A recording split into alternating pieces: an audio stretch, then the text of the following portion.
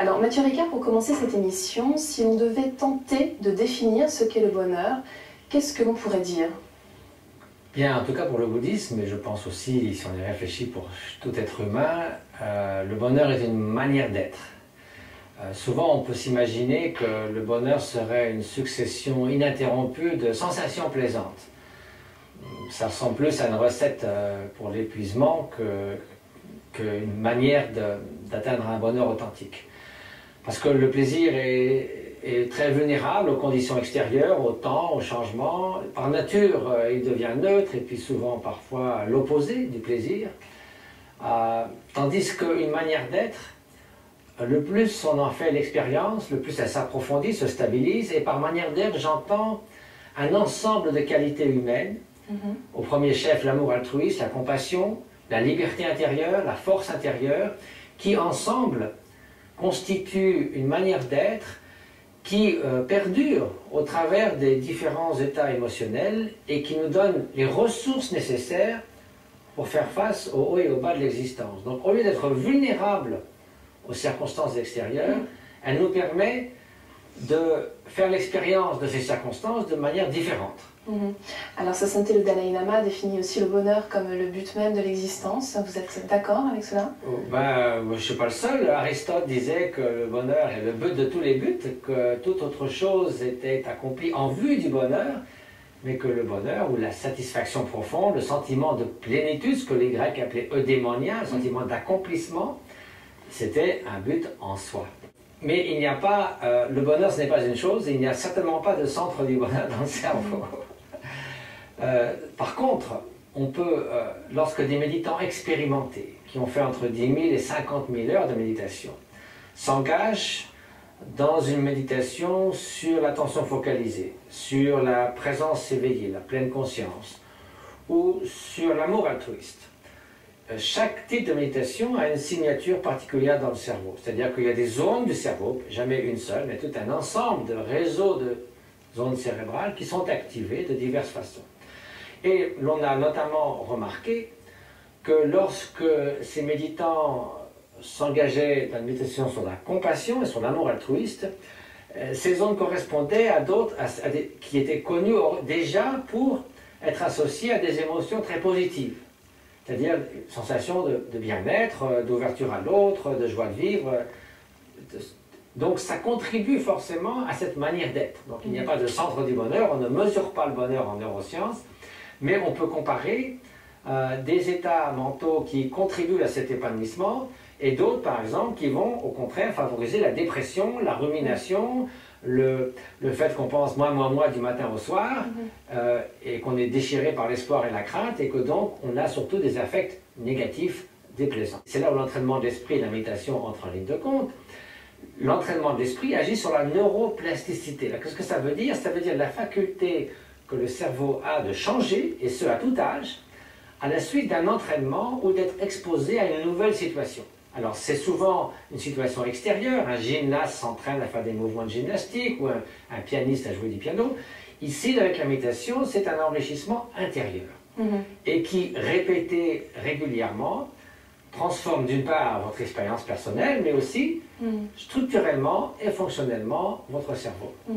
Alors pour illustrer cela, vous utilisez une citation que j'aime beaucoup au début de votre livre, de Luca et Francesco Cavalli Sforza, qui souligne que le bonheur se construit, ce qui exige de la peine et du temps, et que pour devenir heureux, donc c'est ce que vous dites, c'est soi-même qu'il faut changer, et que contrairement à ce que l'on pourrait penser trop souvent, ça ne dépend pas uniquement des conditions extérieures. Alors, il ne faut pas non plus ignorer les conditions extérieures. Bien sûr. Nous souhaitons tous qu'elles soient optimales, particulièrement dans des régions du monde où elles ne le sont pas, où de si nombreux êtres souffrent encore de l'oppression, des massacres, de la famine, de la pauvreté, où il y a des milliards d'animaux qui sont tués chaque année pour la consommation des humains. Tout cela doit être pris en compte. Ceci dit, d'une part, notre contrôle des circonstances extérieures est limité. Il est temporaire. Il est souvent illusoire. Donc si nous plaçons instinctivement, comme nous le faisons souvent, tous nos espoirs et toutes nos craintes à l'extérieur de nous-mêmes, on est mal parti parce que l'univers n'est pas un catalogue pour nos désirs. D'autre part, on sait tous que l'on peut être misérable dans un petit paradis et garder sa joie de vivre, même face à des circonstances adverses.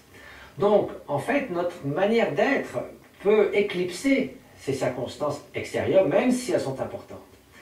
Et donc, négliger les conditions intérieures de notre plénitude, de notre épanouissement, c'est en fait négliger ce qui va peu à peu, précisément, en cultivant ces qualités, construire notre bonheur. Donc là, malheureusement, on se prive de tout un potentiel extraordinaire qu'on sous-estime et qu'on néglige. Alors justement, pour cultiver ces qualités, vous dites qu'il faut éliminer les toxines mentales. Alors, quelles sont les toxines mentales? Enfin, du moins, quelles sont les pires?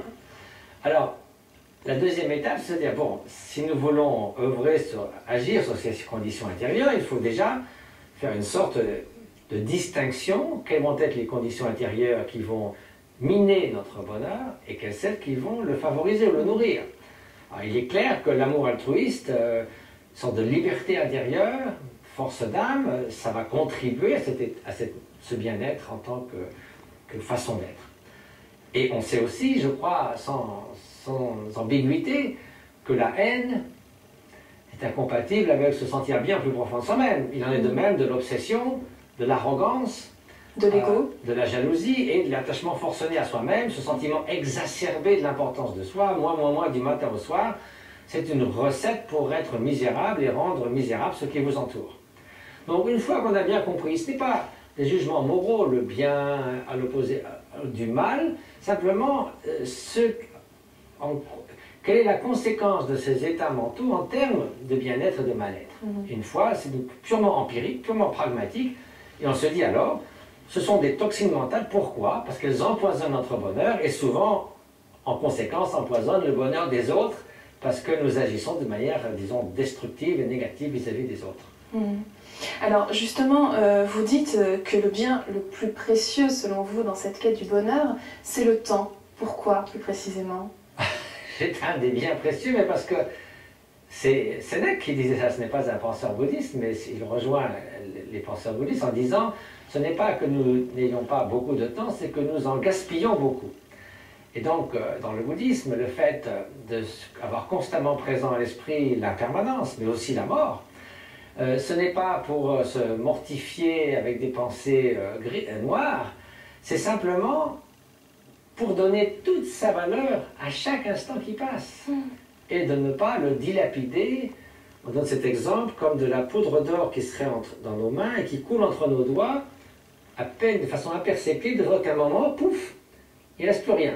C'est-à-dire que nous sommes arrivés à la fin de la vie dans l'espace d'un geste et on s'aperçoit qu'on n'a pas su extraire la quintessence de l'existence qui est précisément de progresser vers cette liberté intérieure, se transformer soi-même pour mieux se mettre au service des autres. Alors, vous avez évoqué tout à l'heure la pratique spirituelle, qui est très, très importante. Est-ce que vous auriez quelques conseils plus concrets à donner aux gens qui nous écoutent aujourd'hui, justement, pour essayer au jour le jour d'entretenir ou du moins d'approcher ce bonheur? C'est simplement une question de consacrer le temps nécessaire pour cela. Si vous voulez, on ne s'attend pas à maîtriser un art, un sport, simplement en le souhaitant, en y consacrant quelques minutes par jour. Tout le monde sait que pour apprendre à lire et à écrire, il faut passer du temps. Pour apprendre à jouer d'un instrument de musique, il faut passer du temps. Et avec une certaine méthode, une certaine persévérance, une certaine discipline, tout le monde accepte cela comme quelque chose de tout à fait entendu. Alors, par quel mystère est-ce qu'il n'en irait pas de même de l'attention, de la présence de la pleine conscience, de l'amour altruiste? Nous avons ce potentiel, mais peut-être est-ce 5% du potentiel que nous sommes capables d'actualiser, de faire s'épanouir. Et si nous ne faisons rien, il n'y a aucune raison pour que ce potentiel s'épanouisse. Donc, il est essentiel d'avoir une pratique continue, assidue, et ce n'est pas un pinsomme, c'est une joie en forme d'effort. Ce n'est pas que nous devons attendre, c'est pas tout ou rien, c'est-à-dire qu'on ne doit pas attendre le bout du chemin pour jouir des avantages. Chaque étape en elle-même apporte un enrichissement, une meilleure qualité d'être, une meilleure manière de se relier au monde et aux autres. Bien sûr. Et donc c'est comme on va de montagne, de vallée en vallée, à chaque col on découvre une vallée toujours plus belle que la précédente. Très bien, mais écoutez, on va se quitter sur ces très belles paroles. Je vous remercie beaucoup, Mathieu Ricard. Merci.